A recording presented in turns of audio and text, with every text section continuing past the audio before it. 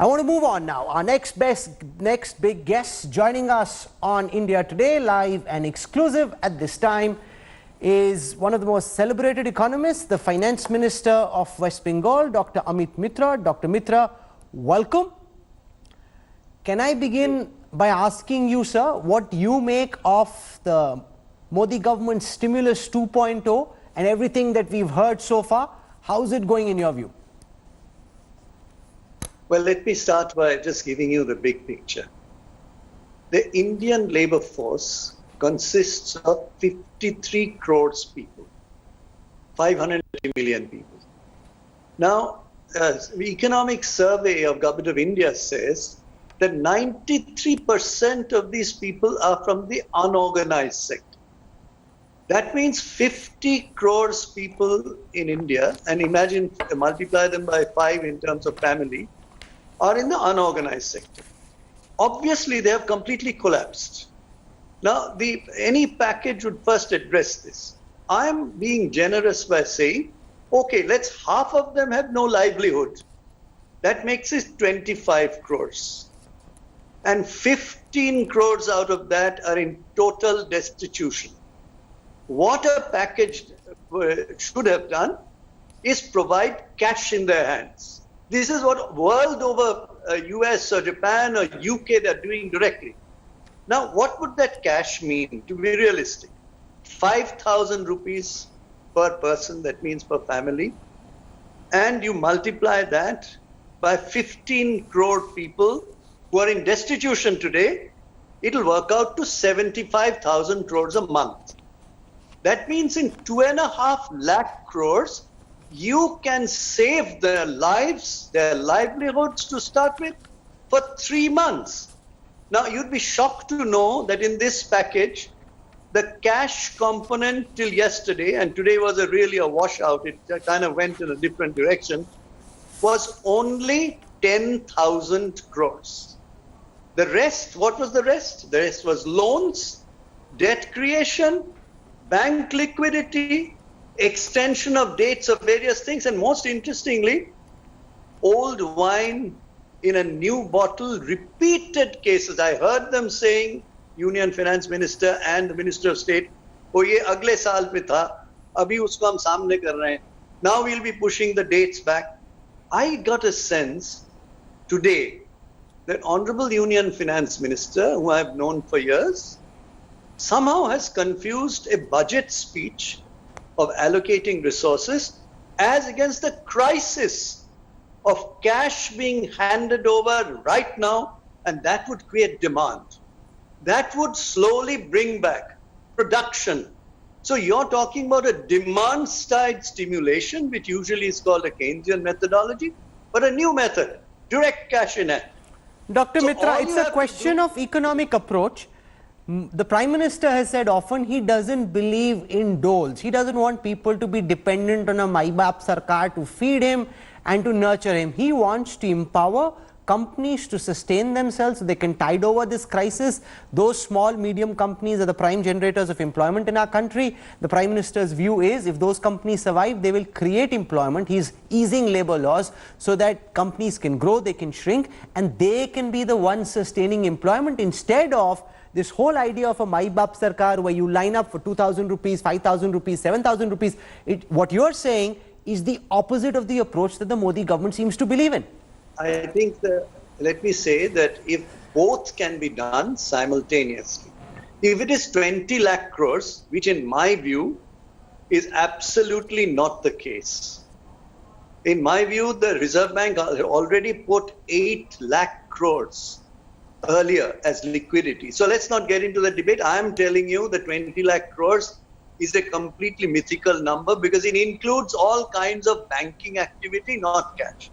My submission is, yes, you do parallelly the small and medium enterprises while you save the lives of these people who work there. So you take, for example, a working capital, give it to them. Give them total interest freedom, that you will not have to pay interest on your past loan. And then you give them what the banking sector, I chair often and drive the state level banking committee. I struggle with them to see how a bank can lend. Are the banks in very good shape today? Are the NBFCs in great shape today? Let me give them the credit that they will try to do, which is a parallel track. I don't think it's either or. But the government can First, say in you its save defense, the Dr. lives of Mitra, people that if you look at the stage of Yes. India's economic evolution and you compare the size of India's Yes. stimulus with that of other countries, especially with stimulus 2.0, the government now has given about 10% of the GDP, which is fairly substantial. And even if you discount the monetary liquidity that's been infused and look only at the extra expenditure which is being incurred, for a country like India, with the kind of resources the government has available, we're doing a good job. The government believes it's going out of its way to try I and don't think so alleviate. at all. I don't think so. Rahulji, I don't think so at all. This 20 lakh crores is a myth.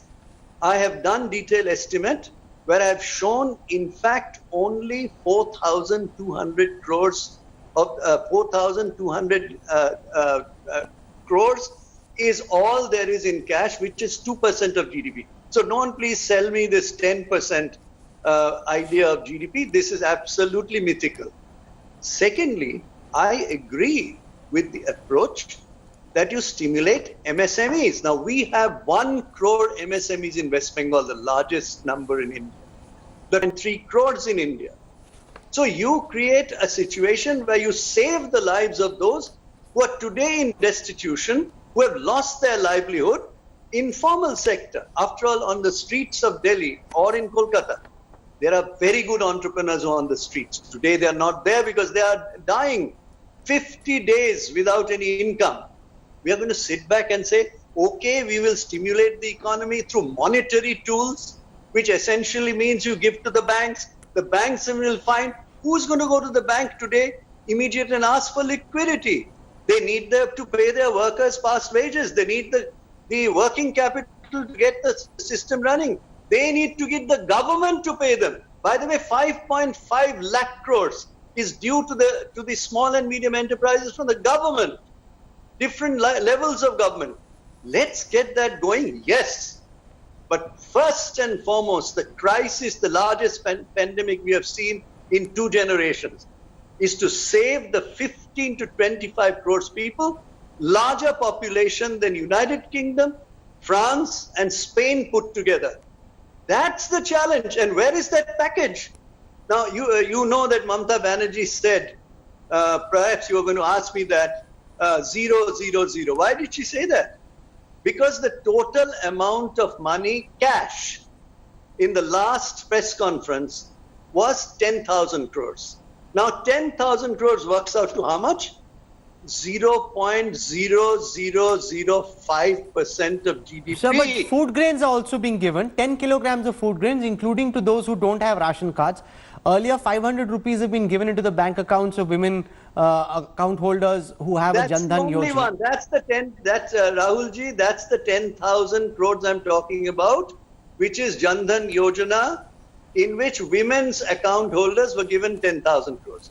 Now, my question to you is, West Bengal, for everybody to know, has been giving 5 kgs of rice to the families free of cost. Now, suddenly I hear the central government saying, we will also give 5 kgs. Okay, you take up our resources, you give them the resources, we are already giving so. And to 95% or 97% of the population. So my question to you is, food grain they're talking about is already state is giving.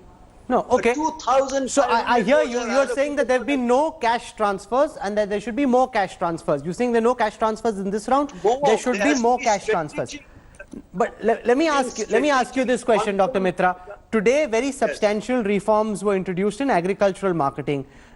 Central laws being brought in so that farmers can sell to whoever they want at attractive prices. This whole business of barriers in interstate trade have been done away with.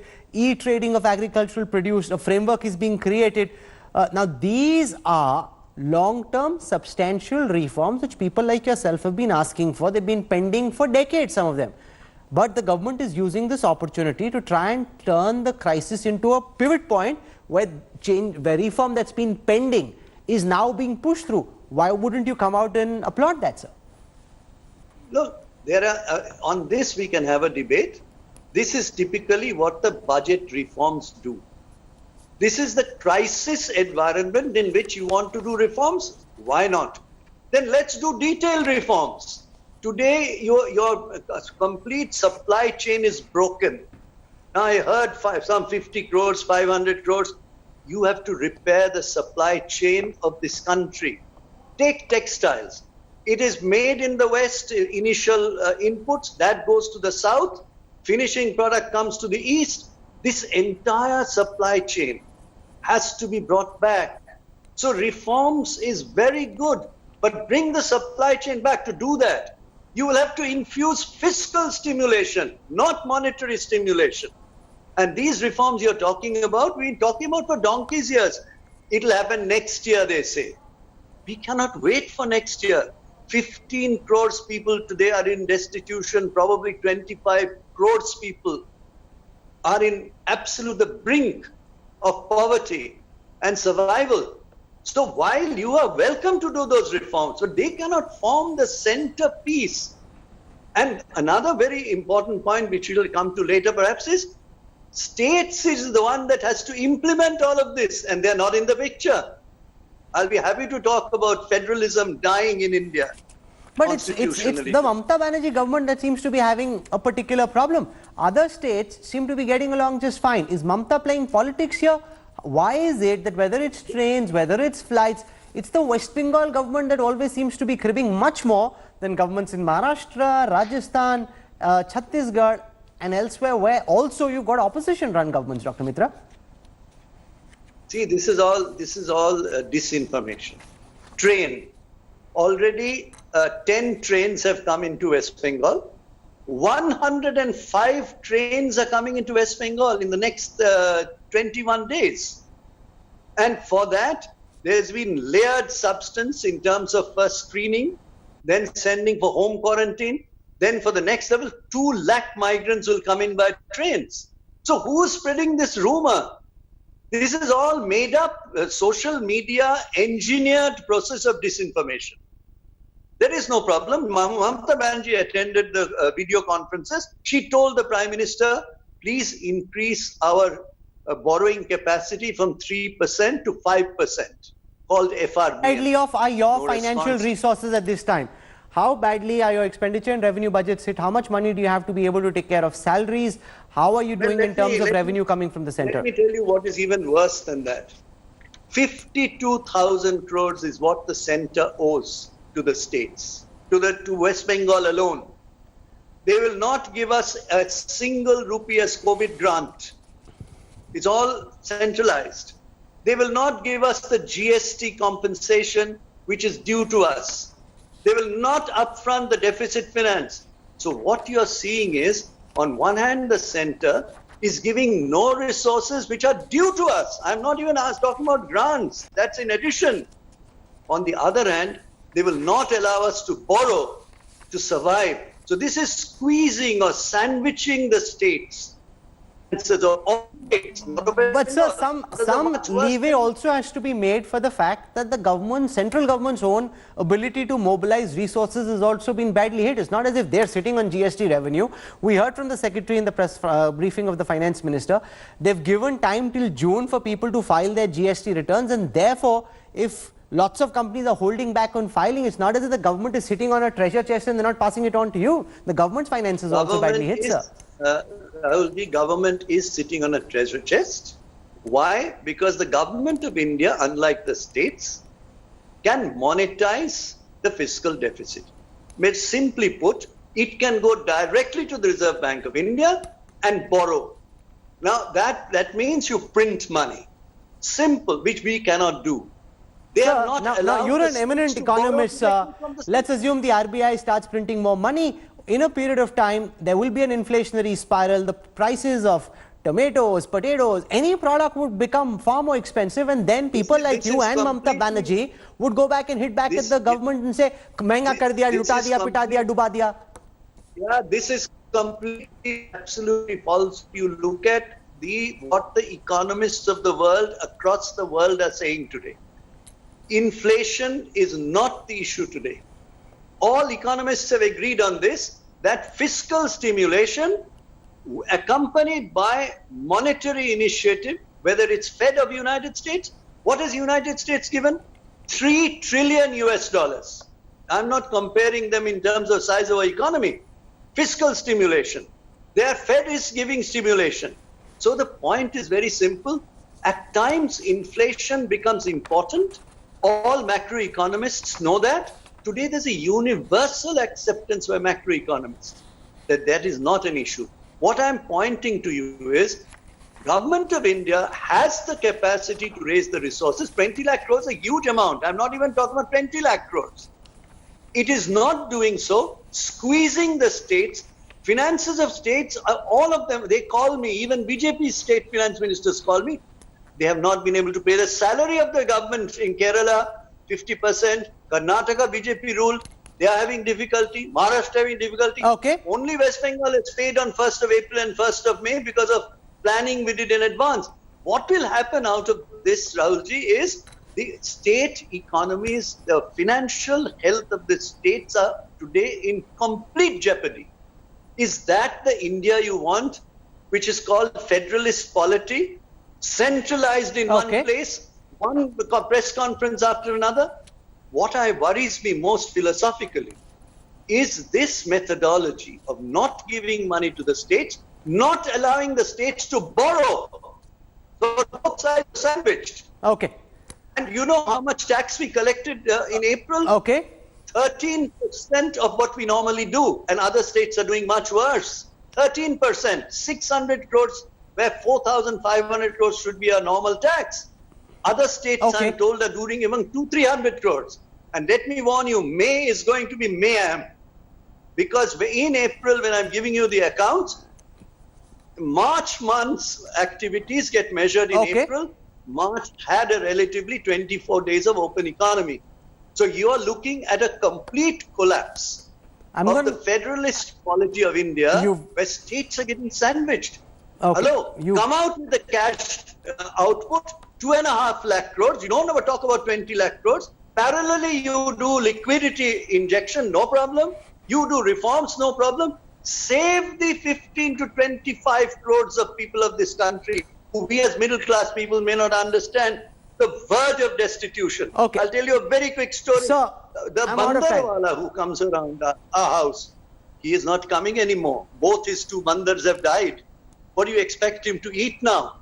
The Istiriwala, you ask your Istiriwala, he has no food. Now, we are okay. We have stocked up. It is this 15 to 25 crores of people that will define the fate of India. Because 53 crores is the labor force of India. Dr. Mitra. Underlying all this is the political economy of undercurrent of doing away with the federalist polity of India by squeezing states out of the matrix. Dr. Mitra, for joining us with your thoughts. You've been very, very scathing in your criticism. You've had your say. Thank you very much for joining us. Hello everyone, this is Rahul Kamal here. Hope you enjoyed this video. For the latest news and analysis, like and subscribe the India Today YouTube channel and don't forget to press the bell icon to stay updated.